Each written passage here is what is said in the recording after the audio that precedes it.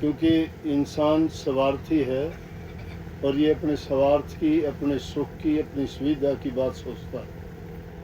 लेकिन होना तो मालिक की मर्जी से होता है सारा, इंसान का सोचा हुआ कुछ नहीं होता।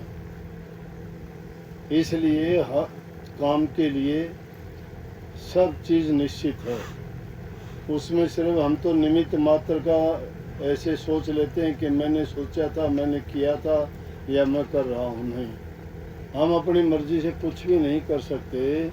जब अगर मालिक की मौज नहीं हो तो पत्ता भी नहीं हिल सकता। लेकिन बहुत अच्छी बात यह है कि आज के युग में किसी नेक और भले काम के लिए अगर लोग विश्वास के साथ आते हैं और उनकी श्रद्धा और विश्वास धर्म पर, गुरु पर, नाम पर, भक्ति पर है, तो इससे बढ़ के कोई ऊंची चीज़ नहीं। इसी वाणी में ये बात भी दोहराई गई, धर्मदास जी की वाणी थी। धर्मदास जी कबीर साहब के मुख्य शिष्यों में से एक थे। बल्कि धर्मदास को धनी धर्मदास कहा जाता है, बहुत धनी व्यक्ति था। धनी आम आदमी सत्संगी बन जाए कोई बात नहीं, कोई नाम नहीं लेता। लेकिन एक बड़ा आदमी, कोई धन वाला आदमी या कोई ऊंचे पद वाला आदमी या जिसका नाम समाज में प्रसिद्ध हो, वो आदमी अगर संतों की शरण में चला जाता है तो उसकी ज़्यादा बड़ाई करी जाती है। तो धर्मदास जी बहुत धनवान था उस ज़माने में और कबीर साहब के पास कई बार गया, क्योंकि धनवान व्यक्ति को प्रभु में चाहे विश्वास हो लेकिन भक्ति में उनकी रुचि कम ही होती है। इंसान या तो दुखी इंसान होगा या गरीब इंसान होगा या किसी को कोई किसी प्रकार की तकलीफ होगी, वो जितना प्रभु को याद करता है उतना सुखी आदमी कोई भी याद नहीं करता, चाहे मैं भी हो चाहे आप भी क्यों ना हो। लेकिन जब दुख आता है इंसान पर तो बार बार प्रभु को याद करता है कि मालिक दया करो, मालिक कृपा करो, मैं बहुत दुखी हूँ। फिर याद दिलाना शुरू कर देता है, आपने उसकी टाइम पर आके मदद की, आपने उसका ये किया, उसका ये किया, तो मेरा तो इतना बड़ा काम भी नहीं है, आप सब के करते हैं तो मुझ गरीब की भी संभाल करें। लेकिन ये धनी धर्मदास जी ने क्या लिखा, बाद में वही धर्मदास जी इतने पक्के गुरु भगत और इतने पक्के शिष्य हुए कबीर साहब के कि अपना पूरा जीवन उन्होंने भक्ति में लगा दिया और अपना सब कुछ जो था सर्वस्व दान कर दिया। सर्वस्व दान करने के बाद में वो भक्ति के रास्ते पे चले और फिर कबीर साहब पर इतना विश्वास हो गया कि कबीर साहब को कहते थे कि ये खुदा का ही रूप है। निश्चित रूप से जिन लोगों की आस्था दृढ़ होती है और वो किसी भी चीज़ में अपने विश्वास से दृढ़ करके मान लेता है तो उसके लिए वो खुदा बन भी जाता है, क्योंकि उसके मन में सांच होती है। जिसके मन में सच्चाई होती है वहीं प्रभु का वास होता है। तो उन्होंने इस वाणी में क्या कही कि जन्म धराओ सौ सौ बार, बिन सतगुरु तुम्हारा काम नहीं होगा। चाहे आदमी हजारों जन्म क्यों ना ले ले, लेकिन ये जीव की मुक्ति, जिस जीव का कल्याण तो सतगुरु की शरण में जाने से ही होगा। सतगुरु की शरण उसको क्या देती है? सतगुरु की शरण उसको एक पवित्र, सच्चा, अच्छा जीवन बिताने का रास्ता पहले सिखाता और बताता है। जो आदमी समाज में फैली कुरीतियाँ हैं, बुराइयाँ हैं, विकार से भरी चीज़ें हैं, जिस प्रकार से आज समाज में क्या है, ज़्यादा से ज़्यादा जिक्र किस चीज़ का रहता है? गांव-गांव में शराब के ठेके खुले हुए हैं, नशा करने के अलग अलग बहुत तरीके हैं, नौजवान बच्चे उसमें बिगड़ते जा रहे हैं एक दूसरे को देख के। संगति का असर है। क्यों? उनको पता नहीं है कि आगे जाके इस बीमारी का परिणाम क्या होगा, जो बर्बाद करने वाली चीज़ है। एक बार वो देखने में अच्छी लगती है, थोड़ा इंसान की बुद्धि को भ्रमित कर देती है, थोड़ा उसको आनंद रस आता भी होगा, लेकिन जब धीरे धीरे उसको अंदर से ख़त्म करती है, वो मीठा जहर है। जब उसको बर्बाद करती है तो कितनी बुराइयां लेके आती है। कितनी बुराई, नंबर एक उसको झूठा बना देगा। शराबी आदमी झूठा होगा, किसी का नेम करवा लो, कहेगा मैंने नेम कर दिया, लेकिन उसका कोई नेम नहीं होता। चोर बना देगा, चोरी करेगा, क्यों काम नहीं चलेगा तो चोरी करनी पड़ेगी। उसको बुरी आदत है, उसके अंदर जो कीड़े पैदा हो गए वो शराब मांगेंगे, शराब नहीं मिलेगी तो कुछ भी कर लेगा उसके लिए, अपनी ज़मीन गिरवी रख देगा, बेच देगा, बच्चों का घर परिवार का कोई ख्याल नहीं करेगा, घर में हर चीज़ की हो जाए काम करना बंद कर देगा, किसी हर एक के साथ लड़ाई झगड़ा कर लेगा, जो बेईमानी, झूठ, कपट, लड़ाई झगड़ा और सब कुछ बर्बाद करने के बाद में क्या रह जाएगा, आखिर उसका अंत आ जाता है, लेकिन उस बुरी आदत को नहीं छोड़ता।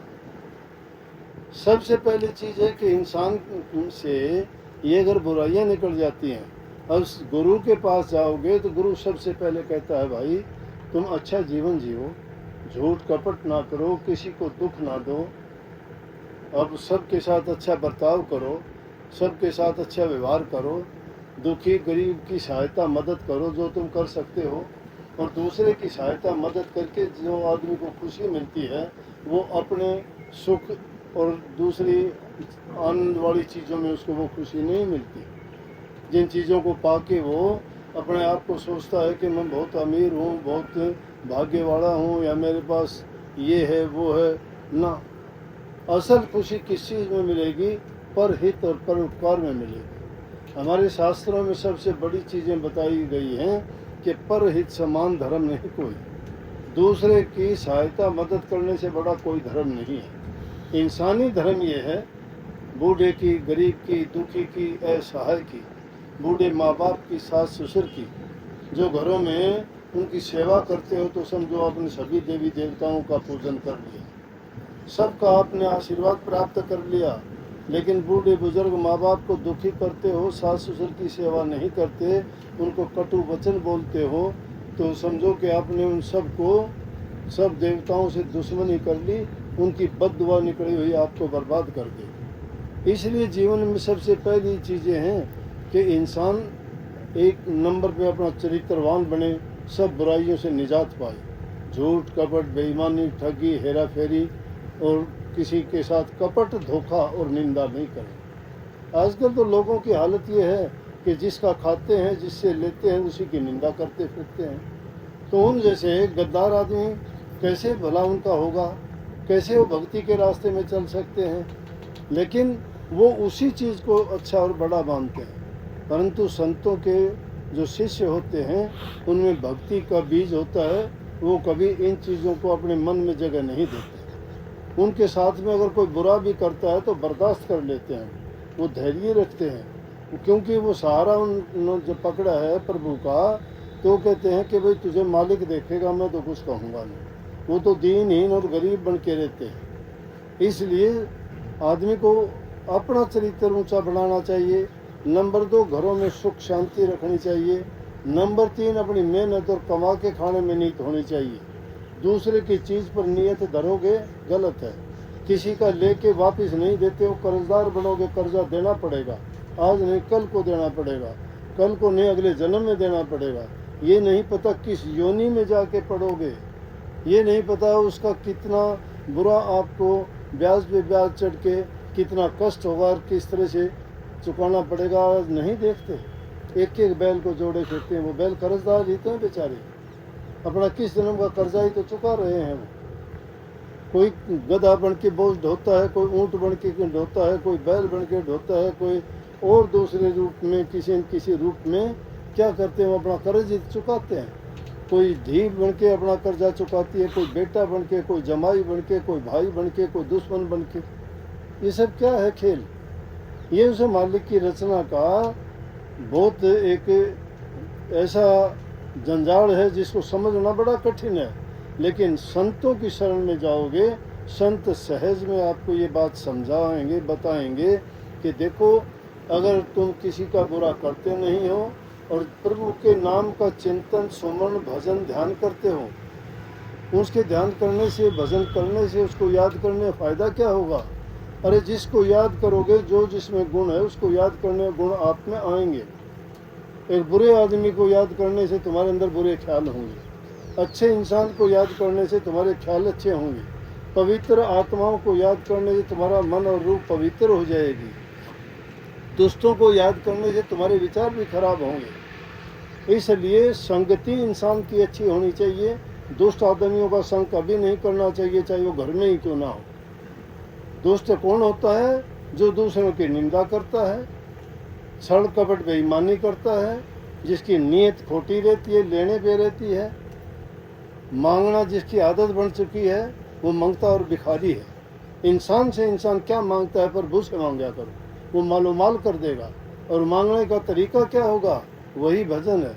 उसको याद करोगे तो उसके मांगने की ज़रूरत नहीं रहती, वो अपने आप संभाल करेगा। एक छोटा बच्चा होता है, माँ पालती है उसको, वो कभी कहता है कि मुझे भूख लगी है, क्यों? जबान नहीं है, बोल नहीं पाता है, लेकिन उसकी जबान क्या है? जब उसको भूख लगती है तो रोता है। उसकी माँ समझ जाती है मेरा बच्चा इसलिए रो रहा है कि भूखा है। या जब उसे पखाना करना होता है, जब रोता है तो उसकी माँ समझती है कि अब इसको मतलब पखाना करना है या पेशाब करना है, उसको जाके संभाल लेती है। जो क्योंकि उसने अपना आप को समर्पण कर रखा है, अपनी माँ को समर्पित है। वो जो भी उसकी ज़रूरत होगी उसकी माँ समय पर उसको, गर्मी होगी हवा करेगी, सर्दी होगी गर्म कपड़े देगी, ज़रूरत पड़ेगी नहलाएगी। तो हर चीज़ की जो भी उसको ज़रूरत है वो समय पर अपने आप करेगी।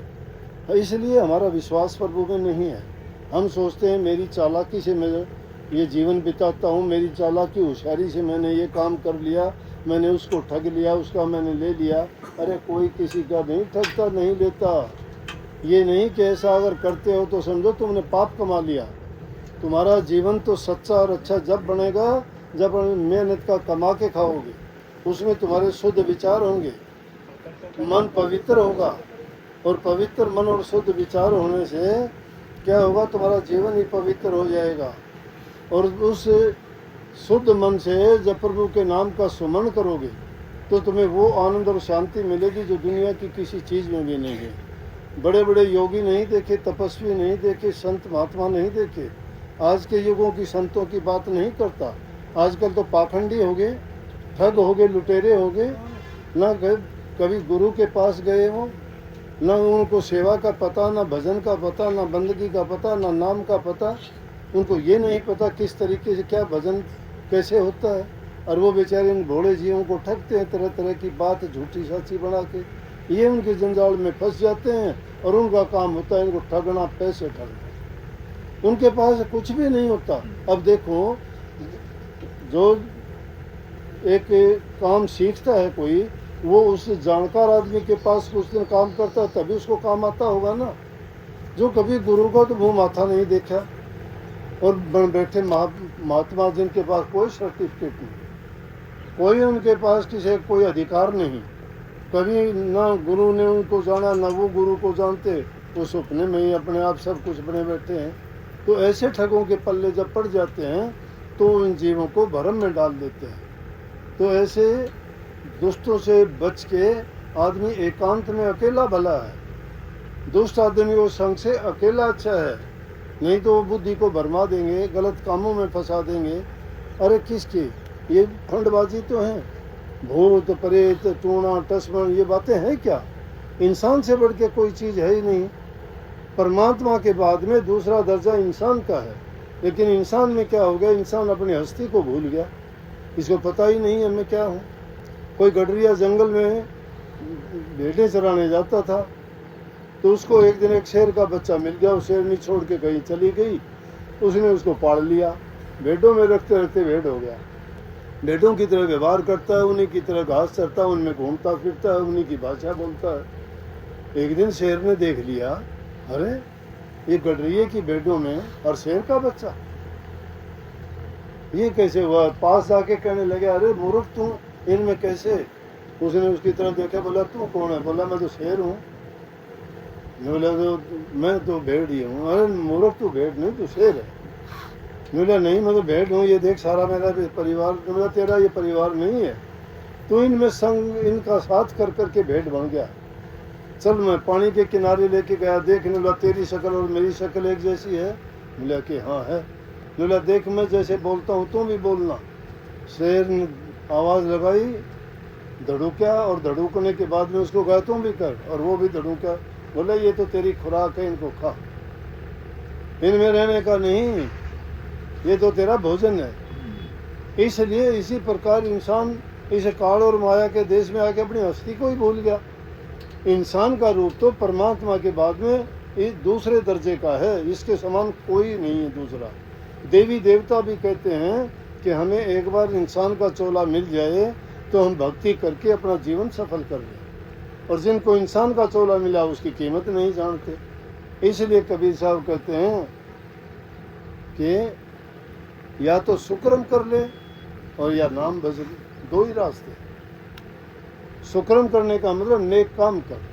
नेक कामों में दूसरे की भलाई के काम है, दूसरों को सुख पहुंचाने की बातें हैं, और अपने लिए नाम की कमाई करो। जो दूसरे को सुख पहुंचाता है, खुद नाम की भक्ति करता है, किसी को कष्ट नहीं देता है, सबके साथ अच्छा बर्ताव व्यवहार करता है, वो इंसान शांति से अपना जीवन बिताता है। जब संसार छोड़ के जाता है तो सीधा मुक्ति के द्वार उसके लिए खुला होता है। तो सतगुरु की शरण में रह के गुरु के वचन की पालना करता जाए, उसी ढंग से करता जाए।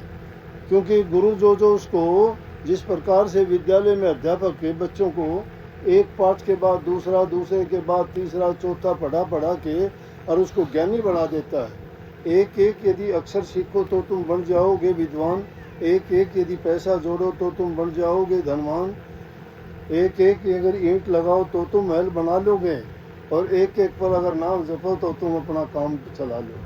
तुम्हारा काम जो है वो सब संपूर्ण हो जाएगा। नाम की भक्ति किया करो। सबको बहुत बहुत आशीर्वाद। राधा।